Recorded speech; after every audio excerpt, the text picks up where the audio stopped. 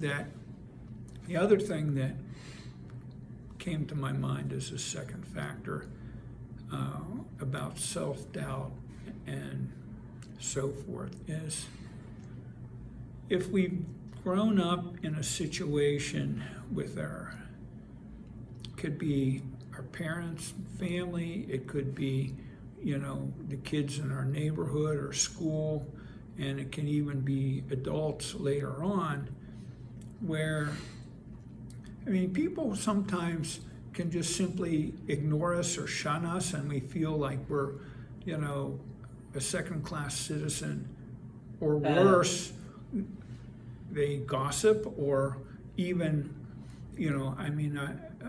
I had a good upbringing, and my parents were very loving. But if your parents make you feel worthless, make you feel inadequate, your report card comes home, and look at this,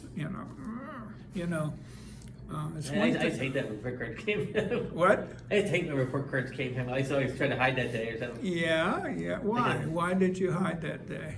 Why is I always used to, like in grade school especially, I was like, I don't know what it was, but I was like always tired in school. I was falling asleep, and then I'd be like we'd be learning stuff at school, and I'd be like drawing pictures on the side of my notes and stuff, and then the teacher would always say, Joe's always daydreaming and stuff, and I used to get that on my report card all the time. I said Joe's always a daydreamer, he doesn't pay attention, and my mom used to say what's going on and stuff, and I would just say I don't know, Mom, and I said I just can't focus at school. I'm like we're reading, we're supposed to like take turns reading this book or something, right? Mm-hmm. And like I didn't even know what page we were on, so it was my turn to read, and I didn't know I wasn't even on the right page. So I just never had a hard time focusing as a kid. Well, I think you're younger than I am, but there's still And I was always tired. Like I to this day I'm tired. I think it's because I have sleep apnea. Well, that's a whole nother thing. Yeah, and there I can think be that's physical related. things. I know a person that struggled in school in two ways. Number one, they were left-handed, and they were forced to write right-handed, so they could never do it right, and their handwriting was terrible. The other thing is they had trouble in class, and they were the first child in their family who actually needed glasses. So they couldn't get what teacher put on the blackboard because they couldn't see it. And I had that realize problem, that. Maybe you did. Yeah, I had the problem, and then so what I used to do is we'd have this every once a year we'd have to go down to the nurse for the eye test. Mm-hmm. So they always would pick 4 people, okay? So what I would do is I would always make sure I was the last one to do the test, and I would just memorize left, right, and I would always get it right. So 8th grade comes in the and I'm like, go down there, and they had me go first, and I was like, I'm not ready to go yet. And they said, just get that with, and I couldn't see anything to save my life, and I had to get glasses, and I was embarrassed, and I had to if everybody's gonna call me Four Eyes or something. Yeah, see, I never had glasses before, and I was embarrassed. And my mom made me wear them to school, and man, it was awesome. But, yeah, the 4 eyes thing is, well, I know of people. there was other kids that had glasses in school too. But it was kind of like wasn't as common back then for kids to have school glasses. I think so. I ended up with them in 4th grade, and for me. But it did help though. I think I was able to see better, and I felt. But they got me as a really ugly pair too. My mom got me. Oh yeah. Well, I know a couple people who just felt that having to wear glasses was an imperfection. Yeah, I always kind of felt like that at first, but then I guess you realize it's like almost like a Band-Aid. You need them to correct. And I do. You know, okay, I've got 2 different pairs. Why? This is progressive, and this one is for single vision. I use this for computer, but since I'm talking to you, this is the way to go. The thing is, when we get put down by the kids around us in school, it could be our. But nobody ever really said anything about it. But it was like more in my own head. Okay. Than I didn't. I remember somebody calling me Four Eyes or saying, boy, those glasses look off on you. Everybody just kind of accepted it, I guess. Well, It was 8th grade, so it was kind of like I was getting older, yeah. getting towards high school, and then I figured I'm gonna have to wear them in high school. I was thinking that. So I was like, You okay. hope, right? I was hoping I didn't have Little to. did you know, and now Then you're wearing I them tried all the time. contacts, and then Yeah, I couldn't. I couldn't figure out how to get them in. I was afraid. And then I got them in one time, and I didn't think I ever got it out. I think it just like stuck in my eye or something. Yeah, I tried. Yeah, so and I I didn't got like dust that. in my eye. But you know, sometimes we already feel a little bit self-conscious, and then it only takes that one little thing, and Yeah, it puts you over the edge. one small yeah, exactly, and it suddenly lights a match to all this feeling of Yeah, that's okay, not gonna feel oh like, my, yeah. you know, and then every time you put on those glasses, or every time you know somebody else looking But in I the would just mirror, wear them in class. You As did? soon as class was over, I would take them off, Yeah. put them in the cart container, Well- and carry them with my books. Well, at least it helped you when Yeah. you needed it. But Yeah, when we feel we've fallen short physically, I thought I was gonna get people away with make it one more time. I'm thinking like, okay. Yeah, well, I guess God's made me get glasses because he probably figured I needed them, so he just figured I had to be first this year. well, I don't know why I actually, was first though, but I used to always want to be fourth, and they just made me go first that year for some reason. They wouldn't give me an option. well, maybe God's hand was on you to make sure you got the thing you really Yeah, maybe needed. I was getting to, But maybe I was having I- a problem with seeing the glasses at school. I give you credit for being able to memorize the sequence. And Yeah, I was fake good. it. I'm good at memorizing things. Yeah, I can. Like for college, Yeah. like I would have a college exam, right? It'd be Right. a Tuesday morning at 8 o'clock. And I'd say it was 10, 12, 11 o'clock was the test. I would get up at 8 o'clock and I would study for the test at 8 o'clock to 10 o'clock, and I would still get an A. Well, there you go. I'm good at memorizing. I was able to memorize things really quick. So You see how big a deal that is, and how few can do that. people really have that ability. Now, Yeah, I do have that ability. That's one thing I do have. Is I'm like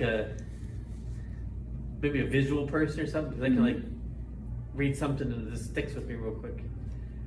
Well, that's an asset, you know, and it did become your way to cover up that your eyes were in need.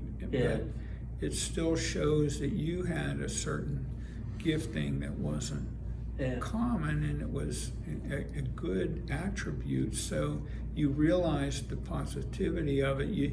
So maybe the positivity of having been able to memorize so well and to put it to use in the eye exam overcame the deficit of having to wear glasses, because now I can do all this memorization wise, and so it doesn't matter so much that I have to wear glasses. You know what I mean? Because it came to play in the same place. The place where you used your memory capability was to overcome the deficit physically that, and hey, you know, glasses are normal for, I mean, you look around now, but it happens with other things. It happens with like ADHD, you know, attention deficit disorder. You know, those things were not out there when Yeah, like we that's the were thing. young. That should have been me, like daydreaming and stuff like that. Should have been like some kind of sign back then. But I guess they didn't really know about that. They didn't, and they did. Was it even called ADHD back then? What did they call it back then? A lazy kid. Lazy kid, yeah. Yeah, because it wasn't really any, you know. Teachers didn't have the training Yeah, they and didn't the spot that, capability, and they would think you were lazy, you know, or is a common thing because you weren't attentive in class, that you didn't care, you know, and none of that may have been true, like especially what you talked about.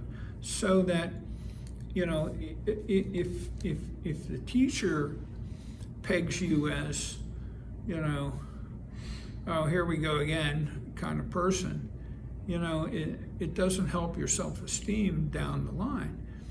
The point is now that you get to be an adult and you can look back on these things, and like a person I know that realizes, you know, they had trouble in school because they were trying to make them write with the wrong hand and they couldn't see the blackboard, and now they understand a little better, and now they have a job, they're successful, and or their life went on. But sometimes now you can look back and then not feel what you felt when you went through it. So, but it's really tough, with our peer group growing up, because I was a kid. I got picked on, and judged or I was always trying to look for that guy to be friends with.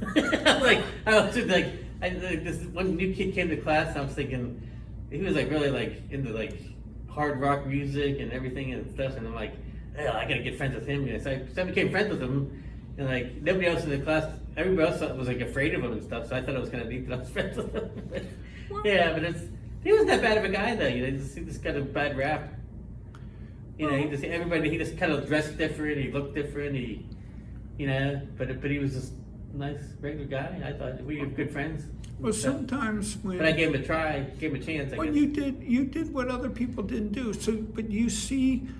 He went to school with us for 1 year, but I still remember him to this day. We're friends on Facebook actually. Well, that's.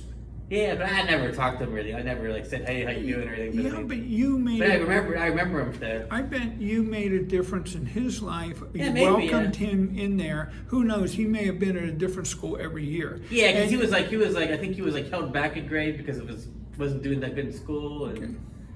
He probably couldn't see the blackboard and had the right hand. Right. Maybe, yeah. But that compassion in you. What I think was in part there is if you felt in some ways you didn't always, and it could be true of any you, if we feel in some ways we're not fitting in with the crowd or with our classmates, and then along comes a new person, there's a new opportunity to start afresh. I actually been with the same people for 7 years. Right. I changed school between 9th and 10th grade. Totally different crowd. Nobody knew anything. It wasn't like I was a bad kid. I think I did grow up a lot in the shadow of my older sister. But when I changed schools, my sister didn't go to that school 4 years. She was 4 years older than me.